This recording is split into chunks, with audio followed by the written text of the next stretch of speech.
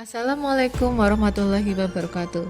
Perkenalkan, saya Dusriati, calon guru penggerak angkatan 11 dari Kabupaten Kebumen. Video kali ini berisi koneksi antar materi modul 1.4 Budaya Positif.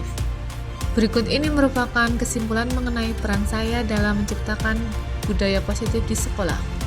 Seorang guru harus memiliki kemampuan untuk menerapkan budaya positif di sekolah.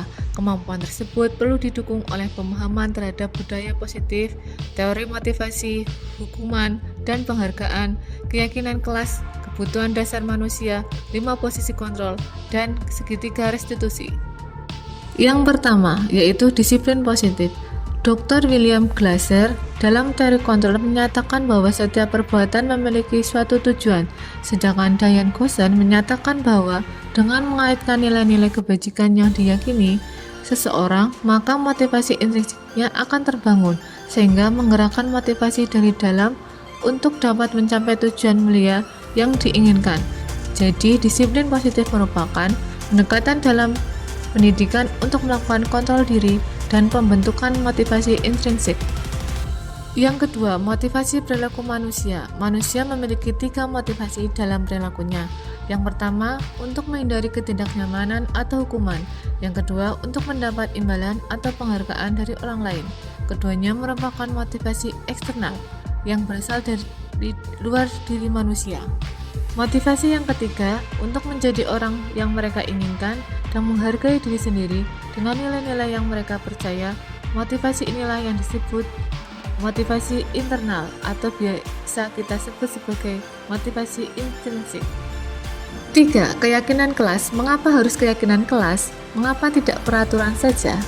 Karena seseorang akan lebih tergerak dan bersemangat untuk menjalankan keyakinannya daripada hanya sekedar mengikuti serangkaian peraturan tertulis tanpa makna. Selanjutnya, bagaimana keyakinan kelas itu dibentuk? Guru membuat kesepakatan bersama murid untuk mewujudkan keyakinan kelas.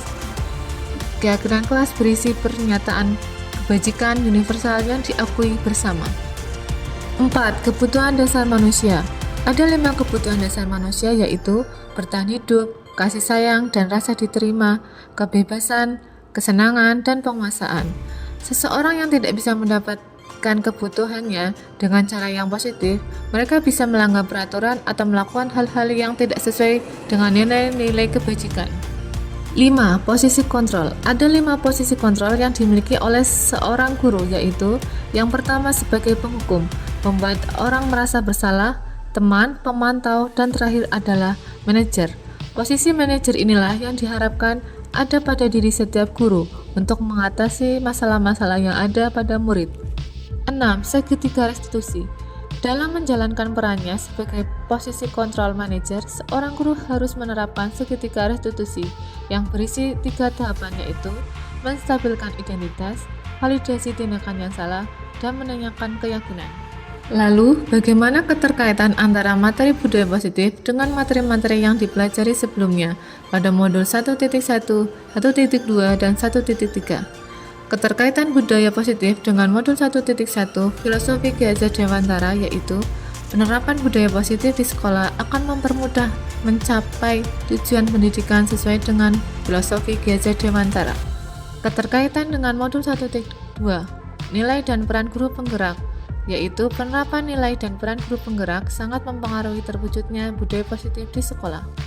Sedangkan keterkaitan dengan modul 1.3 visi guru penggerak, yaitu tercapainya impian seorang guru akan murid yang memiliki budaya positif, diawali dengan prakasa perubahan yang disusun berdasarkan visi guru penggerak. Selanjutnya, inilah refleksi saya terhadap pembelajaran modul 1.4 budaya positif. Pertanyaannya, sejauh mana pemahaman Anda tentang konsep-konsep inti yang telah Anda pelajari di modul ini? Adakah hal-hal yang menarik untuk Anda dan di luar dugaan? Saya telah memahami konsep-konsep inti yang telah saya pelajari di modul ini, yaitu disiplin positif, teori kontrol, teori motivasi, hukuman dan penghargaan, posisi kontrol guru, kebutuhan dasar manusia, keyakinan kelas, dan segitiga restitusi.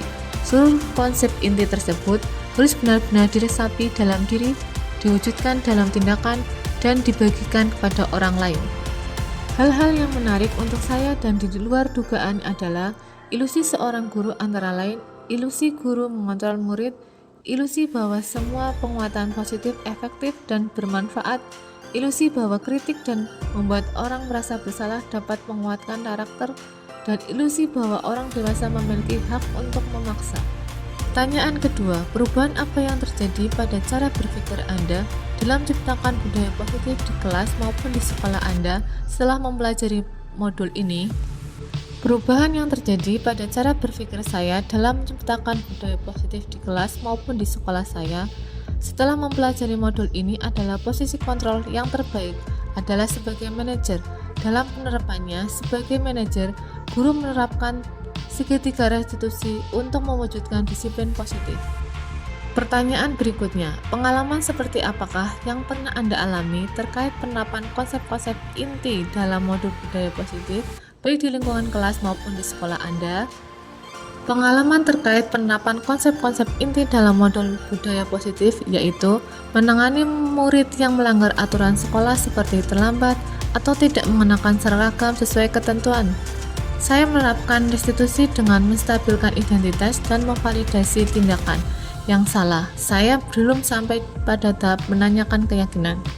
Selanjutnya, bagaimanakah perasaan Anda ketika mengalami hal-hal tersebut? Perasaan saya ketika mengalami hal tersebut adalah senang, karena dapat mengarahkan murid untuk disiplin mengikuti aturan sekolah tanpa menggunakan hukuman. Saya merasa termotivasi untuk terus menerapkan restitusi pada kasus-kasus lain.